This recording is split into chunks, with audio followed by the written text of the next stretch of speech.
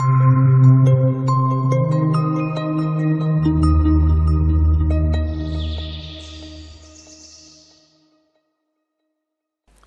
everyone. Just to give a brief introduction about myself before we go into the topic. My name is Mumta Ito. I'm the founder of an organization called Rights of Nature Europe, which is about establishing rights of nature in law. My career background is in law. I'm a lawyer with both corporate and grassroots experience, and so everything that I talk about in this talk really comes from deep experience of how the system works. So, who here feels that we are nature, part of the interdependent web of life? If you feel that, raise your hand. Okay, so that's pretty much everybody here. So who here understands why having that in law is such a game changer? Okay. Not so many hands. So in this talk, I'm going to explain how our current structure of law exacerbates the problem, how it legitimizes the destruction of nature, and how it prevents ordinary people like you and I from taking action on environmental issues using the law. I'm also going to explain how rights of nature is such a game changer, and say a little bit about how ordinary people like you and I are taking action to bring in a new structure of law to create the kind of world that we want to create for ourselves and also for future generations. So the first thing about law is that our legal system is based on outdated paradigms. This morning we heard a lot about the outdated paradigms in agriculture and food systems. Well, it's the same in law. Our laws are based on a paradigm that is mechanistic, treats things in isolation from each other. It's anthropocentric. It regards the world as only consisting of human beings and nothing else. It's retributive. It pits one party against the other and is focused on blame and punishment rather than co-creating solutions that get to the root of the problem. Science has long seen a fluid and interconnected world, but our systems really need to catch up. And this is especially the case with the law. In our modern world, law facilitates economics. And the problem is that it's facilitating an economic paradigm, a model of growth that is coupled with the destruction of nature. And the logical conclusion of that is that we end up killing everything. This economic paradigm has one key concept that underlies it, and that is the utility value of nature, valuing nature solely for its usefulness to human beings as a resource for human consumption. Now, this translates in law as nature being an object under the law, separate to us. It's either property or it's fair game.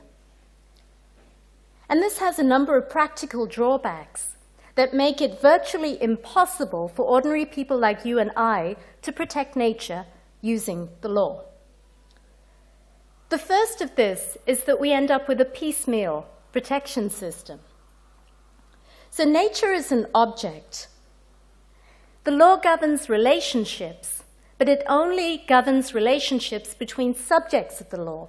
And at the moment, the only subjects are human beings and corporations. If there's no relationship, then there's no duty of care. Now, the duty of care is a whole body of law that deals with obligations. So because there's no relationship, no duty of care can exist, because there's no person to owe this duty of care towards. And so there are no obligations towards nature, including no obligations to restore nature or to make good any damage caused to nature.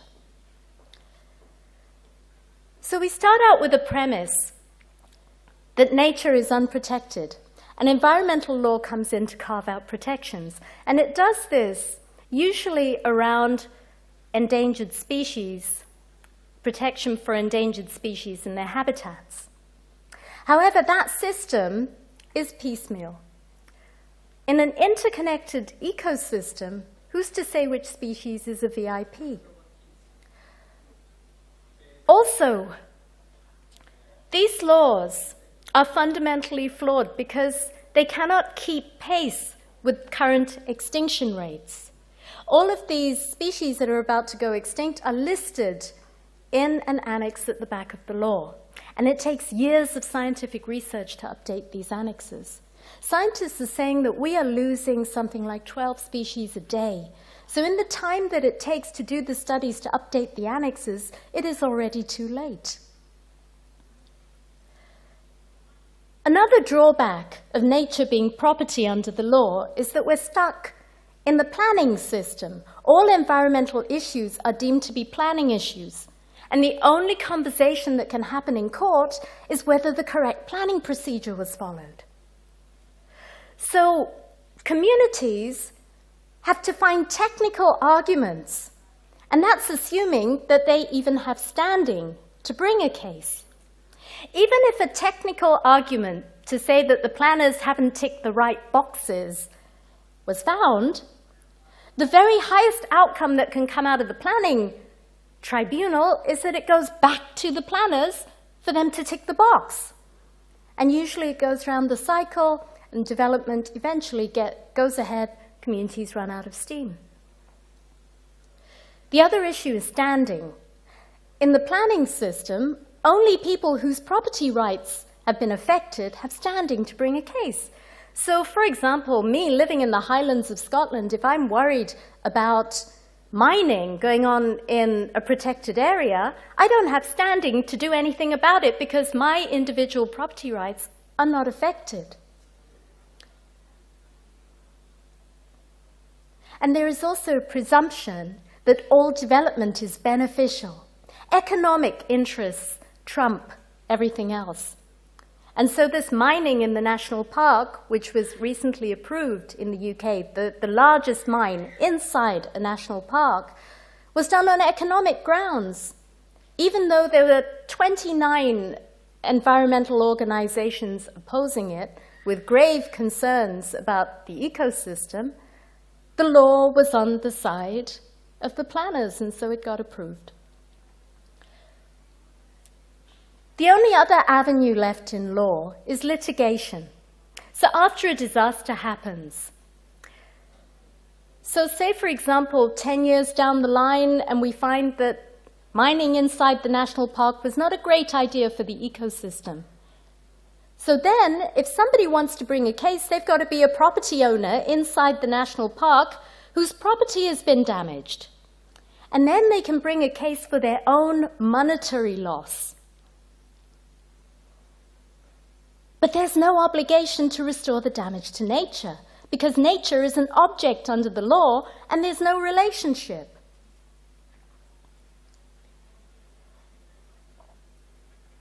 So, other avenues that have emerged recently, which strengthen the reductionist approach and this nature as property paradigm, are biodiversity offsetting. So our governments are now proposing that we should speed up the planning process. So environmental assessments are not required if we can have no net loss of ecosystems. So if I want to do fracking or something like that, I can put in my application and say, I'll destroy this ecosystem here and I'll restore another one somewhere else. And because there's no net loss, it's all okay. Well, you and I both know that ecosystems don't work in that way. Everything is radically interconnected. And we also end up with a governance system where environmental issues are only dealt with at the micro level on individual planning cases, with no requirement to look at the cumulative effect of all of these decisions together. So how is all this relevant to permaculture, you may ask? Well, if I've got my permaculture farm going and I'm doing a great job, but I've got a corporation that's decided to do fracking next door, It's the same ecosystem. So we end up, collectively, going nowhere if the law is favoring the destruction. So this is why we need fundamental and we need systemic change. And this is what rights of nature brings. So with rights of nature, we're going from utility value to intrinsic value. We're valuing nature in and of itself. And we do that by making nature a subject of the law, like us, like corporations. And we bring nature into the system.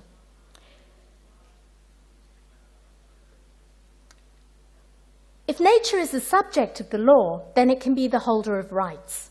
Rights which are enforceable in court by communities like you and I.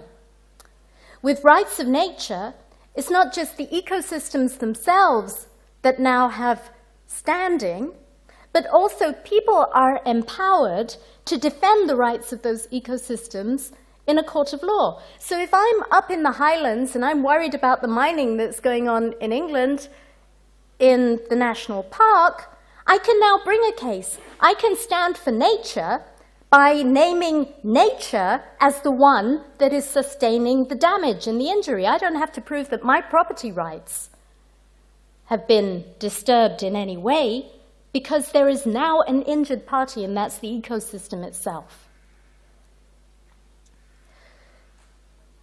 So, in making nature a subject of the law, we're also creating this relationship, and we're creating the duty of care, the body of law that brings in obligations, and this includes the obligation to restore, the obligation to make good the damage that we have done to nature.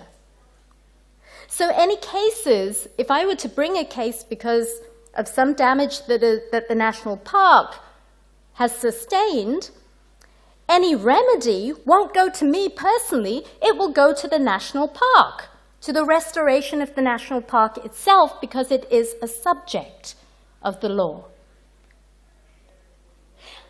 Having nature as a subject of the law also paves the way for ecological governance, a governance system that understands that ecosystems are interconnected, living systems. The highest protection that the law gives is in the form of rights. And the final thing that rights of nature does is that it reverses the psychology of separation from nature, which I feel is really at the root of the crisis that we have today. So how are people taking action to bring about this change? Well, expansion in rights has always come from the people. So people in Ecuador campaigned for this approach. They got into conversation with the government, and Ecuador became the first country to have the rights of nature enshrined in law, in its constitution. It put it in its constitution, but it didn't translate it into law. In Bolivia, they took that step and they have it in law, together with a framework that also deals with transitioning into an economic paradigm that operates in harmony with nature. We see judges, we see lawyers in the court system recognizing the rights of nature in their court judgments. In Ecuador, in Belize, in Costa Rica, Argentina, and even New Zealand. Within the UN, there are people who are switching on to these ideas. There is a Harmony with Nature department whose agenda is really to raise awareness within that body for adopting a declaration for the rights of nature. But I'm really interested in the local level. In the United States, in over 36 municipalities, ordinary people like you and I have gotten into strong conversation with their local leaders, and they've brought in legal recognition of rights of nature at the local level. This includes cities like Santa Monica and Pittsburgh, and the same happened in Mexico City. Ordinary people like you and me campaigning brought about changes in the law, so Mexico City also has rights of nature enshrined in law at local level. I'm holding here the Santa Monica Law, and it's really worth a read because it's really quite inspiring. The title is An Ordinance of the City Council of the City of Santa Monica Establishing Sustainability Rights. And in this, they start off explaining pretty much similar to what I've explained to you, that despite having all of these laws, destruction still continues, and having assessed the reason why, we think nature being property is a big contributor to this, and we're looking at forward-thinking, progressive countries around the world, like Ecuador, like Bolivia, and taking all that into account, we're now passing this local law. And in the law section, they couple rights of nature with the human right to a healthy environment, recognizing that it's not possible for us human beings to have a right to a healthy environment if the ecosystems that are actually creating the healthy environment don't have a corresponding right to their own integral health. So here we've got the rights of people to clean water from sustainable sources, to clean air, to sustainable food systems, local healthy food, sustainable climate, and all of that. And then we have the rights of natural communities and ecosystems to exist and to flourish. And then we're also, in this, giving rights to the residents of the city to be able to protect the rights of nature by bringing cases. So it actually acts to give them standing in courts, which people don't have at the moment. And then the final limb is the subordination of corporate powers when the corporations are acting against the common good. And this one's really quite inspiring. It says, all the residents of Santa Monica possess the right to self-governance and to a municipal government which recognizes that all power is inherent in the people, that all free governments are founded on the people's authority and consent, and that corporate entities and their directors and managers do not enjoy special privileges or powers under the law that subordinate the community's rights to their private interests. And that's really tackling it at the core. I find this law very inspiring because it's a live example of something that's done in a local city that was brought in by people, and it's embedded in the planning policy. And it wasn't done in response to a threat. It was done out of the desire to create the world that we all want to create. And we can do the same in Europe. So in Europe, we're bringing a European Citizens Initiative. We have participatory democracy here in Europe, so citizens can propose laws. 1 million signatures across 7 EU states, with a minimum level of 0.01% of the population of those states, can put the rights of nature onto the legislative agenda of the EU. And we've started organizing this. But a citizens' initiative needs people. It needs citizens, and it needs people to take action. And that means you, and that means all your friends. We've drafted a directive. A directive is a very efficient way of bringing change in the EU, because if the EU adopts the directive, it immediately becomes law in all of the member states. In our directive, we advocate the collective rights of ecosystems and species to exist, thrive, renew their vital cycles. We give legal personality, deal with the duty of care, the human right to the healthy environment, present and future generations, restorative justice, problem-solving courts, ecological governance, and so forth. But that's not the end of it. There are also national initiatives and local initiatives. In Europe, about 18 countries have national initiatives where citizens can propose laws and bring it to referendum. At the local level, several countries in Europe also have that. In the UK, if there's anybody here from the UK, did you know that in the UK, in a parish council, residents can bring any matter to referendum, and it only takes 5 people plus 10 people present at the meeting to actually propose the referendum. Now, is that not doable? So really, what I'm asking you for is a call to action. Rights cannot be expanded without people coming forward and without expanding our consciousness as well. With every expansion of rights, there came an expansion in consciousness. Are we ready to take it to the next level? So I'm inviting you to join us, to get in touch with us. If you feel inspired and you'd like to shift the paradigm of law, you don't know how to draft a law, get in touch with us. If you want to know what the process is to bring a national initiative in your country, get in touch with us. We are here to help. Thank you.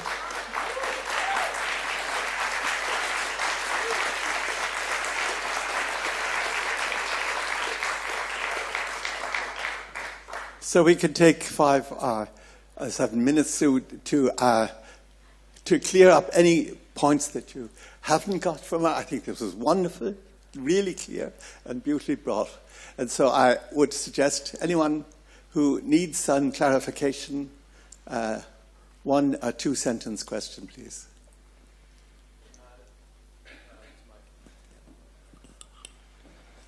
Thanks a lot. It was really, really, really interesting. My dad was a personal injury lawyer, so using phrases like make good, damages and things I've heard at home. It's really interesting to hear in this context. I was just wondering, is there a universal definition of nature that you've come up with that will apply across campaigns? Because obviously that's going to be a point of contention throughout. Absolutely. The way we've defined it in our draft directive is including but not limited to ecosystems, species, the atmospheric climate.